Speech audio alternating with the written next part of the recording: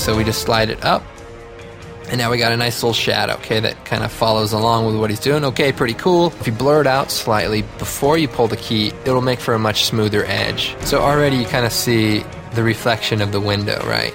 By setting the glow on an adjustment layer, when we brighten it up, it'll cover over the tops of all the layers, which is a very, very cool effect that kind of makes it seem like the fire is coming around them. And we're going to change the transfer mode here to overlay. But I definitely want to try to give it more of a third dimension. Okay, so you're thinking to yourself, well, this looks pretty good, but I didn't pay good money for a tutorial to show me how to draw an outline of a muzzle fire. So I'm going to hit apply. Tracking data has applied itself.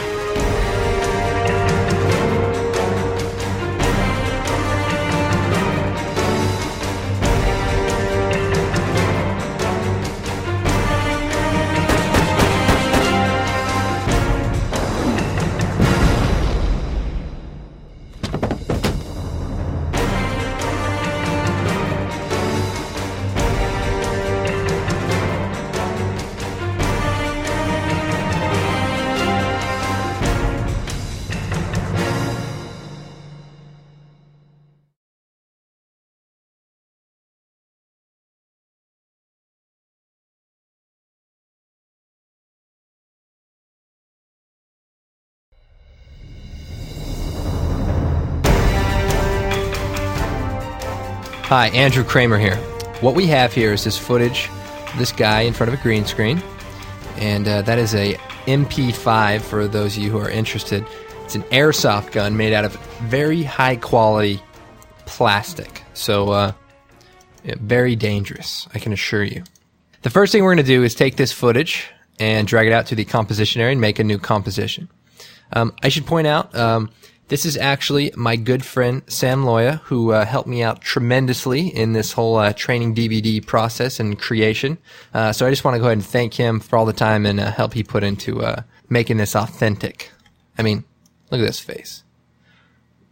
Yeah. Next thing we're going to do is select the layer and go up to Effects, Keying, Key Light. And this is the plugin we're going to use to pull a good matte from this green footage. So first thing we're going to do is pick the color green. Okay. And if I toggle this transparency, you can see already things are starting to happen. All right, let's go ahead and skip a few of these settings. And first thing I want to focus on is this screen pre-blur. And basically what this does is blurs the matte before it pulls the key from it. So if we go to the screen matte in the viewing options, we play with this, you can see it kind of blurs it out. And the benefit of this is when you're working with DV footage especially, the edges aren't perfect and they can be blocky and have artifacts. And so if you blur it out slightly before you pull the key, it'll make for a much smoother edge and it won't crawl and look all crazy. So that's obviously a good thing. Now the next thing I want to go to is the screen matte, and we have a few settings in here I want to look at. Let's go and change the view momentarily to the screen matte view. And this is the black and white view. Everything that's white is opaque and everything that is black is going to be transparent. We have some gray area here which we need to work on. So the clip black will basically bump up the tolerance for the black and just kind of cut that out of the mix here.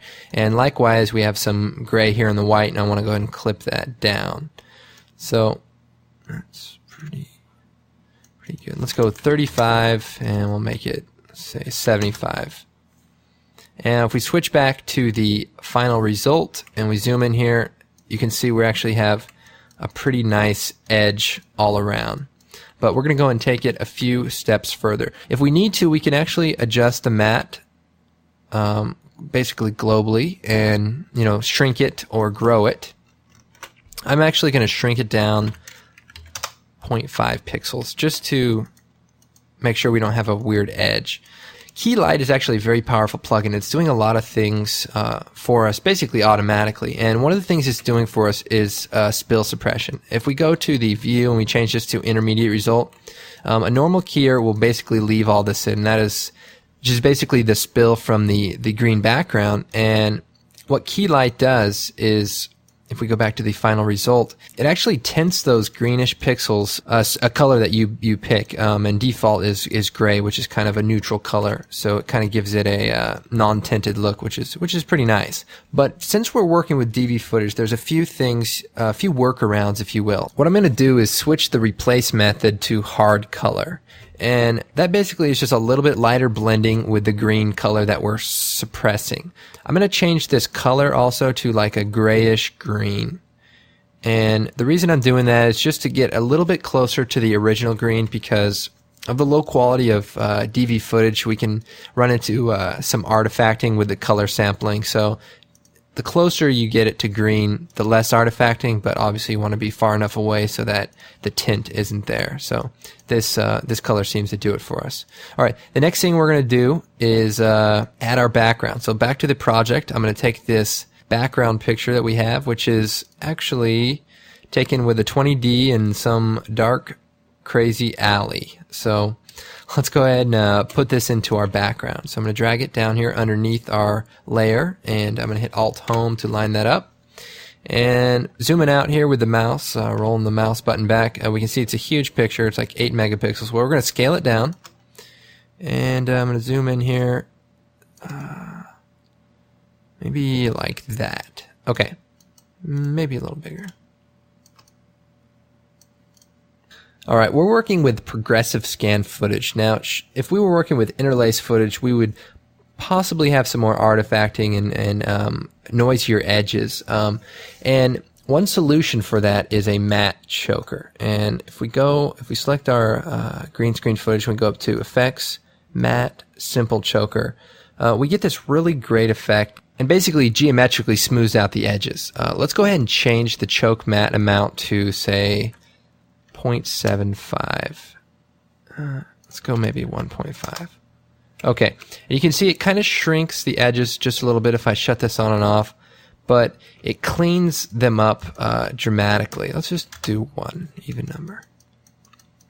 Okay, the next thing we need to do is try to match our foreground footage with the background. Basically, you can see our background is kind of greenish, and he is you know, in a studio in front of a green screen. So we need to somewhat get these colors to get a little bit closer together. What I'm going to do is, with the SAM layer selected, I'm going to go to Effects, Color Correction, and down to Levels. And I'm going to analyze a few things here first. You'll notice in the shadows of our SAM layer is the shadows are black. You know, they're gray, maybe a little warm, but in our background layer, the shadows are greenish.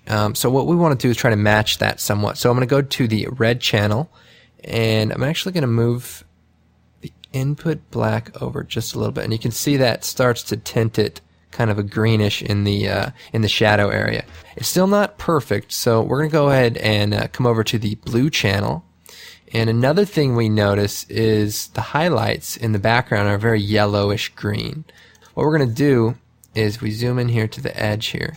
We're going to change the blue output white. And if we just slide this over, you'll see that we kind of can start matching that color. Now we could overdo it a little bit, you know, and say, okay, well, that's just foreground lighting, but we just want to get it to look, yeah, that looks pretty good. Oh, by the way, this is actually widescreen footage, so if we get a little space here, we can toggle the pixel aspect ratio and you know, see what the actual composition is going to look like.